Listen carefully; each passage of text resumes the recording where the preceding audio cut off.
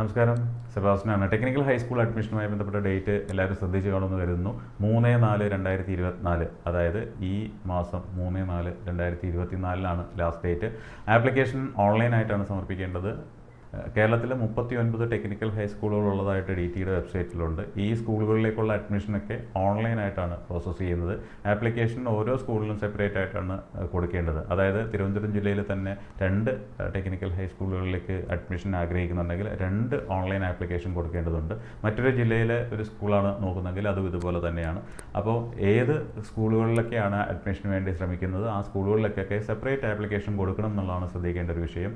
അതോടൊപ്പം തന്നെ റിസർവേഷനുമായി ബന്ധപ്പെട്ട കാര്യങ്ങൾ, കുട്ടികളുടെ എണ്ണം കൂടിയാൽ, ആപ്ലിക്കേഷൻ്റെ എണ്ണം കൂടിക്കഴിഞ്ഞാൽ സീറ്റുകളുടെ ലഭ്യത കുറയുമെന്നുള്ളതുകൊണ്ട് തന്നെ റിസർവേഷൻ കാറ്റഗറിയിൽ വരുന്ന വിദ്യാർത്ഥികൾ അവരുടെ റിസർവേഷൻ തെളിയിക്കുന്നതിനുള്ള സർട്ടിഫിക്കറ്റുകൾ കൂടെ ആപ്ലിക്കേഷൻ്റെ കൂടെ കരുതേണ്ടതാണ്.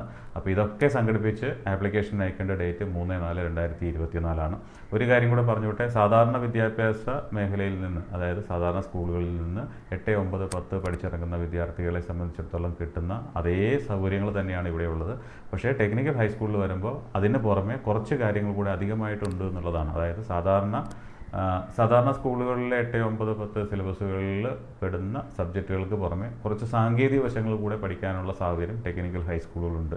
കുറച്ചുകൂടെ വിശദമായി പറഞ്ഞാൽ 8ാം ക്ലാസ്സിൽ എഞ്ചിനീയറിങ്ങിൻ്റെ ബേസിക്സും 9, 10 ക്ലാസ്സുകളിൽ ട്രേഡ് സ്പെഷ്യലൈസേഷനുമാണ്. ഏതൊക്കെ ട്രേഡുകളാണ് നമ്മൾ അഡ്മിഷൻ എടുക്കാൻ ആഗ്രഹിക്കുന്ന ടെക്നിക്കൽ ഹൈസ്കൂളുകളിലുള്ളത് എന്നുള്ളത് അതാത് ടെക്നിക്കൽ ഹൈസ്കൂളുകളിൽ നിന്ന് നേരിട്ട് അന്വേഷിക്കുന്നത് നന്നായിരിക്കും.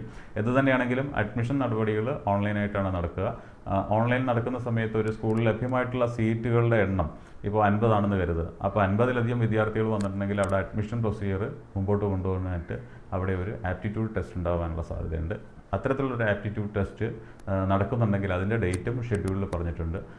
കൂടുതൽ വിശദാംശങ്ങൾക്ക് നിങ്ങൾ ഷെഡ്യൂൾ പരിശോധിക്കുക, പ്രോസ്പെക്ടസ് പരിശോധിക്കുക, അതിൻ്റെ കൂടെയുള്ള ഇൻസ്ട്രക്ഷൻസ് പരിശോധിക്കുക. ഇത് തന്നെയാണെങ്കിലും polyadmission.org എന്ന് പറഞ്ഞ വെബ്സൈറ്റിൽ ടെക്നിക്കൽ ഹൈസ്കൂൾ അഡ്മിഷനുമായി ബന്ധപ്പെട്ട കൂടുതൽ വിവരങ്ങളുണ്ട്.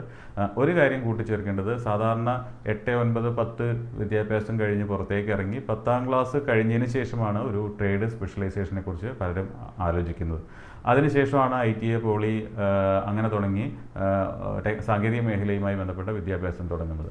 ഇവിടെ ടെക്നിക്കൽ ഹൈസ്കൂളിലാവുമ്പോൾ അത് 8, 9, 10 എന്ന് പറയുന്ന 10ാം ക്ലാസ് പാസ്സാകുമ്പോൾ തന്നെ അയാളൊരു ട്രേഡുമായി ബന്ധപ്പെട്ട് കാര്യങ്ങൾ മനസ്സിലാക്കി ട്രേഡിൽ സ്പെഷ്യലൈസേഷൻ എന്ന് പറയുന്ന ഒരു സ്റ്റേജിലേക്ക് എത്തിയിട്ടുണ്ടാകും. അതുകൊണ്ട് തന്നെ അയാളുടെ മുൻപോട്ടുള്ള സാങ്കേതിക മേഖലയുമായി ബന്ധപ്പെട്ട ഒരു പഠനമോ ജോലിയോ ഒക്കെ കുറച്ചുകൂടെ എളുപ്പമാക്കുമെന്നാണ് പലരുടെയും അനുഭവ പരിചയങ്ങളിൽ നിന്ന് മനസ്സിലാവുന്നത്. അപ്പോൾ അതുകൊണ്ട് തന്നെ ടെക്നിക്കൽ ഹൈസ്കൂളിൽ അഡ്മിഷൻ കിട്ടുക എന്നുള്ളത് വലിയ കാര്യമാണ്.